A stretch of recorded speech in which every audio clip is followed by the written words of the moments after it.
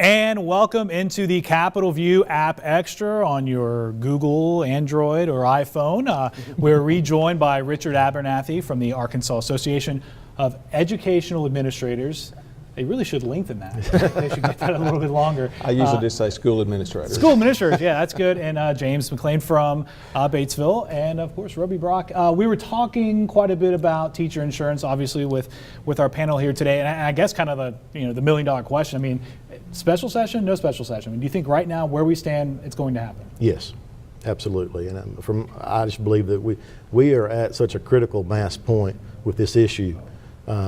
Doing nothing from my point of view is just unacceptable. Is there any chance the legislature is maybe not 100% positive on the exact long-term solution, but you tell Governor Beebe, we'll figure it out, let's do this, or do you feel like you've got to know all the way? I think that we are going to have to present legislators with something that they're comfortable with, something that we can work on in a short amount of time. But this is an issue where we cannot just walk away. We cannot try to kick the can down the road, as it were.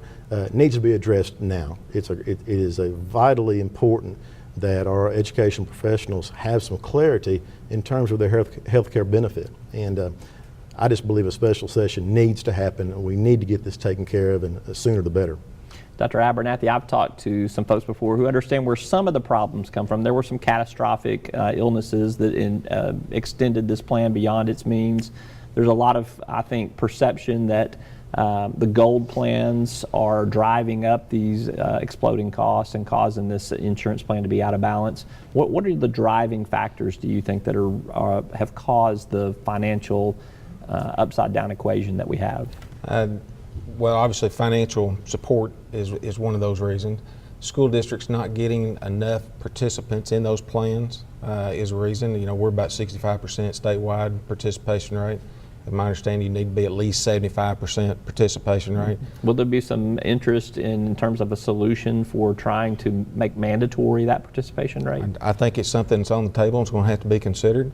At some point, you have to get your participation rate up. ACA and how that's going to influence all of this is another question that is unanswered, at this point. One of the things that we always we're talking about teacher health insurance, but it's much more than teacher health insurance. Absolutely. It's cafeteria workers, bus drivers, food service, custodials, and they are really hurting.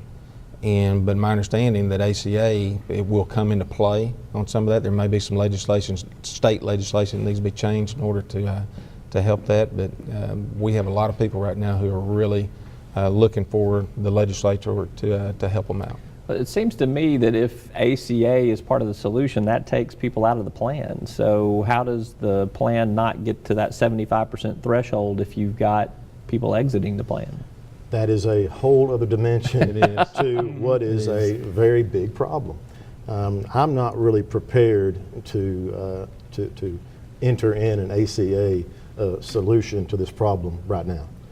I think that we need to look at what we can do as a state, what we can do as teachers, what we can do as administrators to try to solve this before we start going down the road to 2015, when the full weight of the Affordable Care Act will be felt.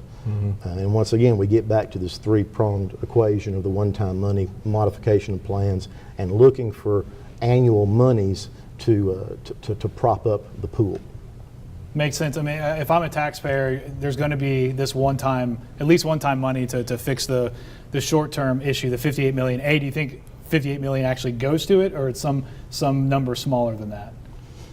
I think it will be between 50 and 58 million. Okay. That's my feeling as of now. Because 58 would mean premiums don't go up, right? Absolutely, but I believe that when we're looking at this in the context of everybody's going to have some skin in the game, I wouldn't be surprised if there was some sort of rate increase.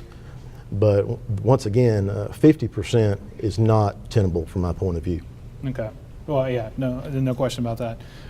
Yeah, I mean, guys, appreciate y'all sticking around for the app extra here on Capital View. Hope everyone enjoyed it there on your cell phone. And guys, gentlemen, thanks so much for hanging out with us. Of course, you can watch Capital View every Sunday morning at 8:30 on Channel 4 and other good affiliates throughout the state of Arkansas. We will see you back here next week for another edition of Capital View. See you guys.